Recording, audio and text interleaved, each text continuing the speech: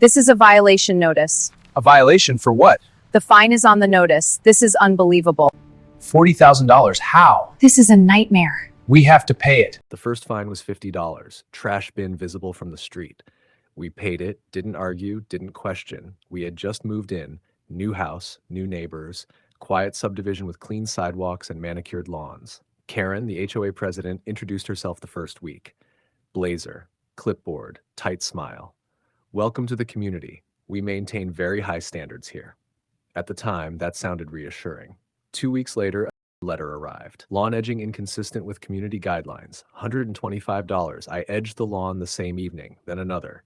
Mailbox paint, reflective beyond approved tone. $175. Reflective, we repainted it anyway. Then the tone shifted. The letters became certified, the language colder. Failure to maintain compliance. Escalation of repeated violations. Administrative review fee added. Within 30 days, we owed $3,400. We started documenting everything.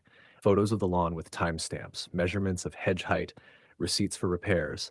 Still, every morning at exactly 8:10 a.m., Karen's dark SUV rolled slowly past our house.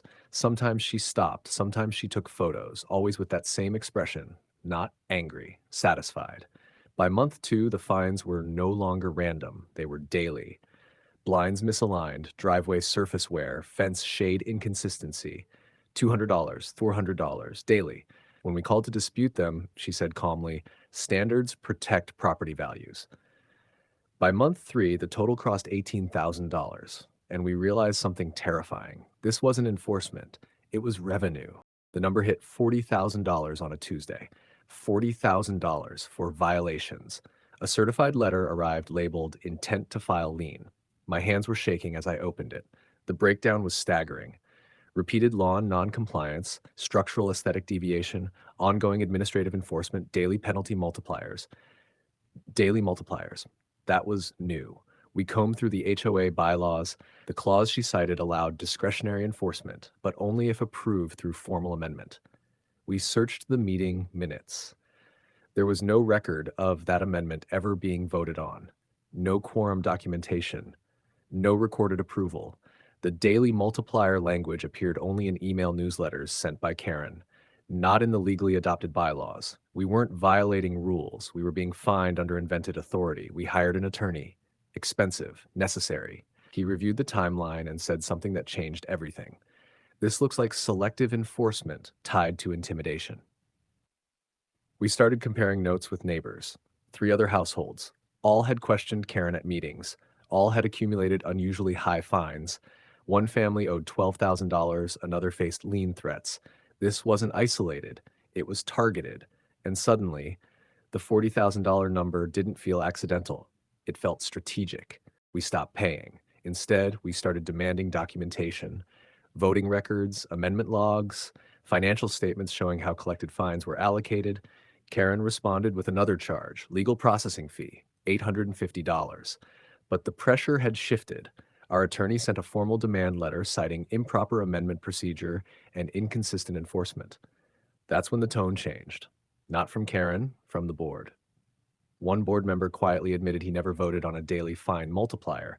Another said he assumed it had been approved before his term.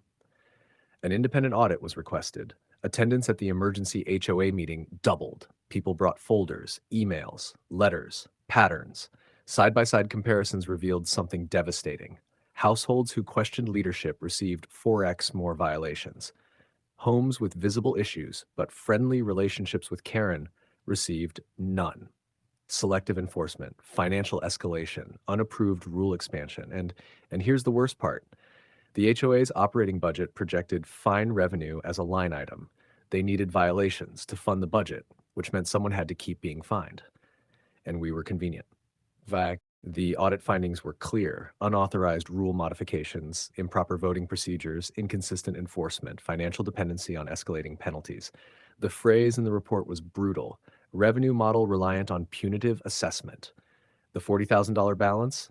Void. Late fees reversed. Lien threat withdrawn. Legal expenses ordered reimbursed. But the real consequence wasn't financial, it was reputational.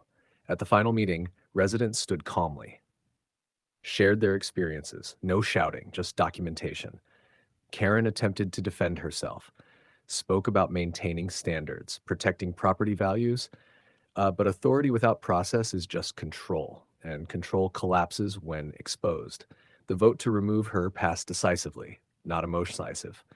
As she walked out, she didn't look powerful. She looked small. The street felt different afterward, lighter, because the fear had been dismantled.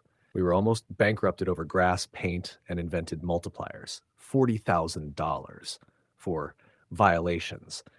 If you've ever faced excessive HOA fines that felt more like punishment than protection, share your experience in the comments. Like, subscribe, and share. Because silence protects abuse, transparency dismantles it.